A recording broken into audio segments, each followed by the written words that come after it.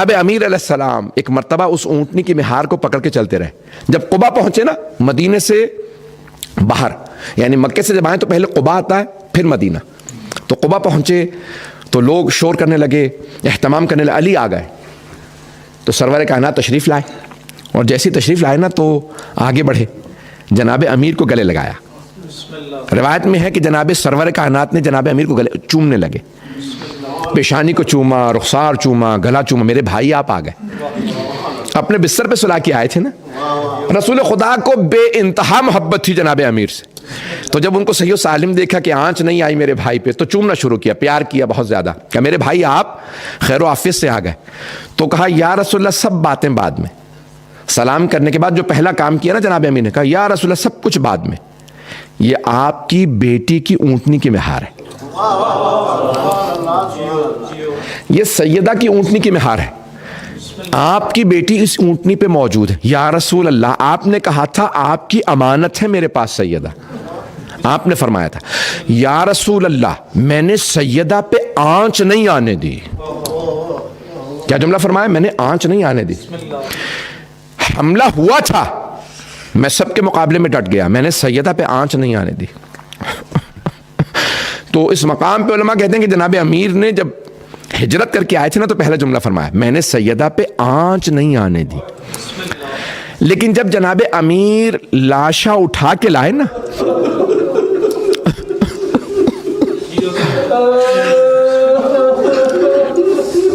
جب جناب امیر لاشا اٹھا کے لائے نا قبر مطہر کے پاس جناب سیدہ کا، تو اس مقام پہ یہ نہیں دہرا سکے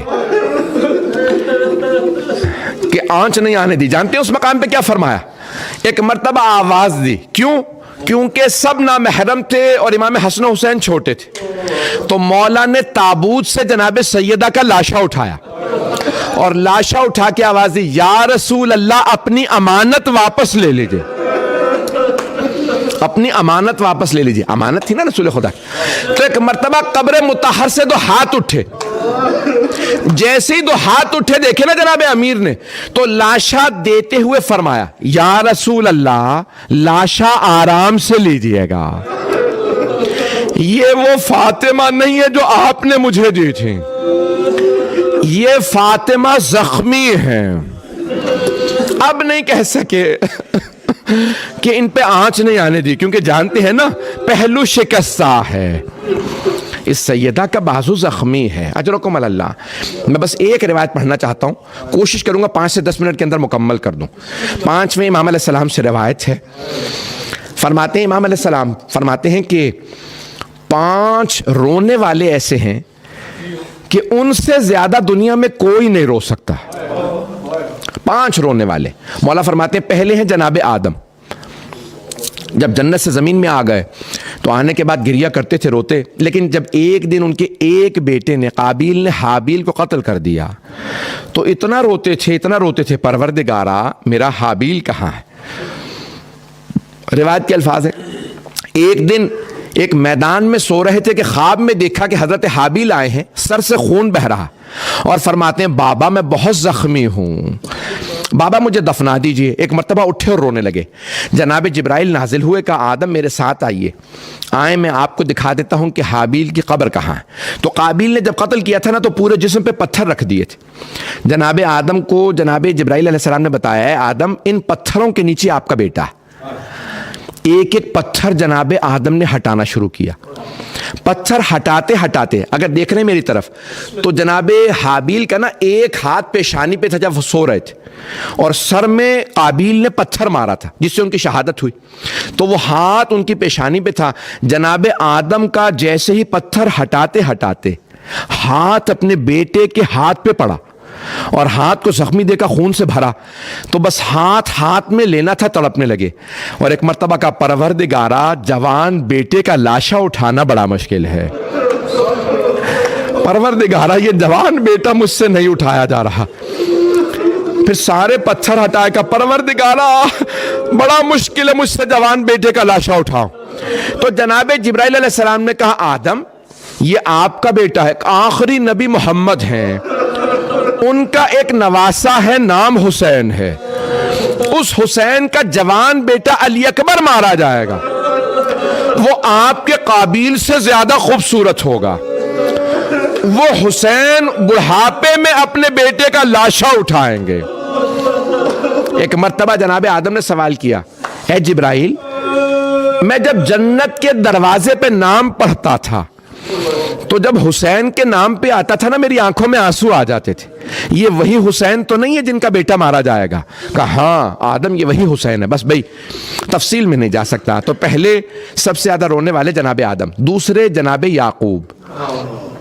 میں نے آپ سے وعدہ کیا تھا زیادہ وقت نہیں لوں گا. دوسرے جناب یعقوب. کون ہے جناب یعقوب؟ جناب یوسف کے والد. کب گریہ کیا؟ جناب یوسف کی جدائی میں 40 برس گریہ کرتے رہے. 12 بیٹے تھے جناب یعقوب کے, 11 آنکھوں کے سامنے تھے, ایک جناب یوسف آنکھوں سے دور ہوئے. جناب یعقوب نے رو رو کے آنکھیں گوا دیں. وَبِيَضَّتْ عَيْنَاهُ مِنَ الْحُزْنِ, رو رو کے آنکھیں ضائع ہو گئیں. کیا کہتے تھے؟ یا اسفا علی یوسف. بس ایک ہی بات, پروردگارہ میرا یوسف, میرا یوسف. ایک مرتبہ جب جناب امام سجاد سے کہا نا منہال نے, مولا کب تک گریہ کیجئے گا؟ تو امام سجاد نے فرمایا, منہال تم نے انصاف نہیں کیا.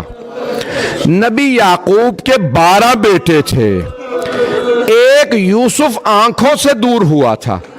نبی یعقوب نے رو رو کے آنکھیں گوا دی تھی. اے منہال, میرے ایک دن میں 18 یوسف مارے گئے. تو مجھ سے کہتا میں روتا کیوں؟ کہ لیکن مولا شہادت تو آپ کی میراث ہے. مولا نے کہا ہاں منہال, شہادت ہماری میراث ہے, لیکن منہال کیا ماؤں بہنوں کے ساتھ, پھپھیوں کے ساتھ شرابی کے دربار میں جانا یہ بھی ہماری میراث ہے. منہال میں کبھی بھی دربار شام نہیں بھلا سکتا, بازار شام نہیں بھلا سکتا. اجرکم اللہ. بس بھائی میں نے تمام کیا. اجرکم اللہ, اجرکم اللہ. کوئی رونے میں بخل نہ کرے. تیسری رونے والی ہستی کون ہے؟ جناب یوسف. زندان میں 7 برس یا 21 برس گریہ کرتے رہے. کہا مولا آپ نے فرمایا تھا 5 رونے والوں جتنا کوئی نہیں رو سکتا. مولا باقی 2 کون ہیں؟ مولا نے فرمایا چوتھی ہستی میری دادی فاطمہ. سب سے زیادہ رونے والوں میں جناب سیدہ. مولا 5ویں ہستی کون ہے؟ کہا میرے دادا سید سجاد, میرے دادا زین العابدین. بس بھئی اب میں پیش کروں آپ کے سامنے. جناب آدم 40 برس روتے رہے یا 70 برس, جناب یعقوب 40 برس, جناب یوسف 21 برس, امام سجاد بنا بر روایت 35 برس, بنا بر روایت 40 برس گریہ کرتے رہے. اور جناب سیدہ رسول خدا کے بعد صرف 3 مہینے 5 دن زندہ رہیں. زیادہ سے زیادہ روایت ہے 6 مہینے. تو اب یہاں پہ سوال کیا جائے کہ مولا کسی کی 40 برس 21 برس 70 برس مدت, جناب سیدہ چند مہینے گریہ کیا, تو آپ فرماتے ہیں سب سے زیادہ رونے والوں میں جناب سیدہ ہیں. تو اب مولا کیا فرمائیں گے؟ مولا فرمائیں گے میری دادی کے رونے کی مدت کو نہ دیکھ, شدت کو دیکھ. اس شدت سے روتی تھی میری دادی, ان کے سر کے سارے بال سفید ہو گئے تھے. شیخ عباس قمی نے روایت لکھی ہے, مدینے والے کہتے تھے یا علی فاطمہ سے کہیں یا دن میں رویا کرے یا رات میں رویا کرے. جب جناب یوسف زندان میں تھے نا, تو زندان کے سارے قیدی کہتے تھے اے دروغہ زندان, یوسف سے کہو یا دن میں رویا کرے یا رات میں رویا کرے, نہ ہم دن میں آرام کر سکتے ہیں نہ رات میں. دروغہ نے کہا یوسف یا دن میں رویا کرو یا رات میں. وہی مسلمانوں نے کہا یا علی فاطمہ سے کہیں یا دن میں رویا کریں یا رات میں. ہاتھ جوڑ کے ایک سوال کروں گا آپ سے, اتنا بڑا مدینہ, کیا جناب سیدہ کی آواز سارے مدینے میں جاتی تھی؟ نہیں, بی بی کی آواز نہیں جاتی تھی. تو اب یہاں علماء نے ایک روایت لکھی ہے, کہتے ہیں جب بھی جناب سیدہ روتی تھی ایک زلزلہ سا محسوس ہوتا تھا. مدینے والے لرزتے تھے, شاید کوئی نبی اپنی قبر میں تڑپ رہے ہیں, مدینے والوں مت رلاؤ میری بیٹی کو, مدینے والوں مت رلاؤ. جناب رسول خدا سے جناب سیدہ کا رونا برداشت نہیں. اجرکم اللہ, اجرکم اللہ. جب جناب سیدہ روتی تھی نا, عجیب و غریب کیفیت طاری ہوتی تھی. بس بھئی آخری جملے پیش کر رہا ہوں. اپنے اپنے نصیب کا رونا. جناب سیدہ پہ روئے نا, ایک جملہ کہوں گا, میرے کچھ استاد ہمیشہ فرماتے تھے جب لوگ جناب سیدہ پہ روئیں تو کو خبردار رومال استعمال نہ کرنا, اپنے آنسوؤں کو چہروں پہ مل لو, پھر امام زمانہ سے کہنا مولا یہ آنسو میں نے آپ کی دادی پہ بہائے, مولا ان آنسوؤں کے بدلے میری شفاعت کر دیجئے گا. اجرکم اللہ, اجرکم اللہ.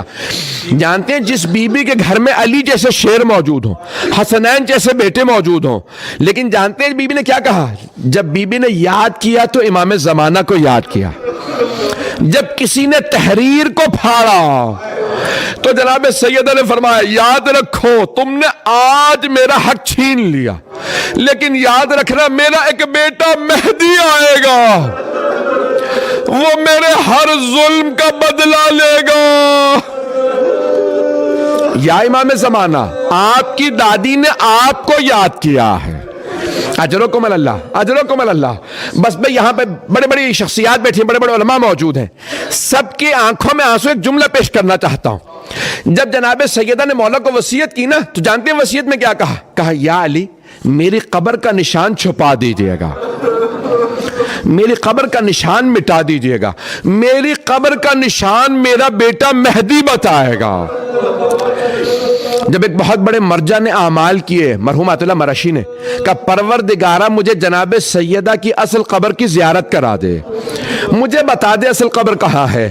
تو خود ہی فرماتے ہیں سید شہاب الدین مرشی نجفی, کہتے ہیں میں نے خواب میں جناب سیدہ کو دیکھا کہ مجھے کسی نے کہا کہ حرم میں پہنچو جناب معصومہ کے, جناب سیدہ آئی ہیں. تو کہا میں دوڑتا ہوا پہنچا, دیکھا ایک نور کا منارہ ہے, میں زمین پہ گر گیا. بی بی نے کہا کہ اے سید شہاب الدین میری طرف دیکھو. کہا بی بی میری اتنی جرت نہیں ہے آپ کو دیکھو, سید ہیں مرجع تقلید, لیکن کہا اتنی جرت نہیں میں آپ کو دیکھ سکوں.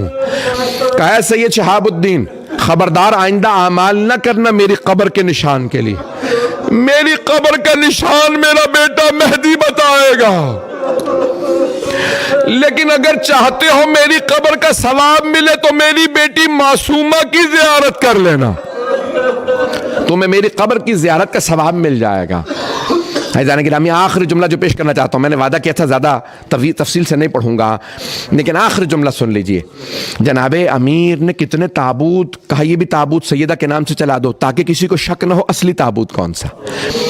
40 مقامات پہ قبر بنائی, تابوت میں لاشا اٹھایا, نہ جانے کتنی ہی 7 چادروں میں غسل دیا, کتنے کفن دیے, مجھے نہیں معلوم. یہ سیدہ دفنائی نہیں گئی, چھپائی گئی ہے. مولا سیدہ کو چھپا رہے. او مسلمانوں, سیدہ نے وصیت کی مجھے ان سے چھپاؤ, انہوں نے میرے پہ ظلم کیا ہے, یہ قبر پہ نہ ہے.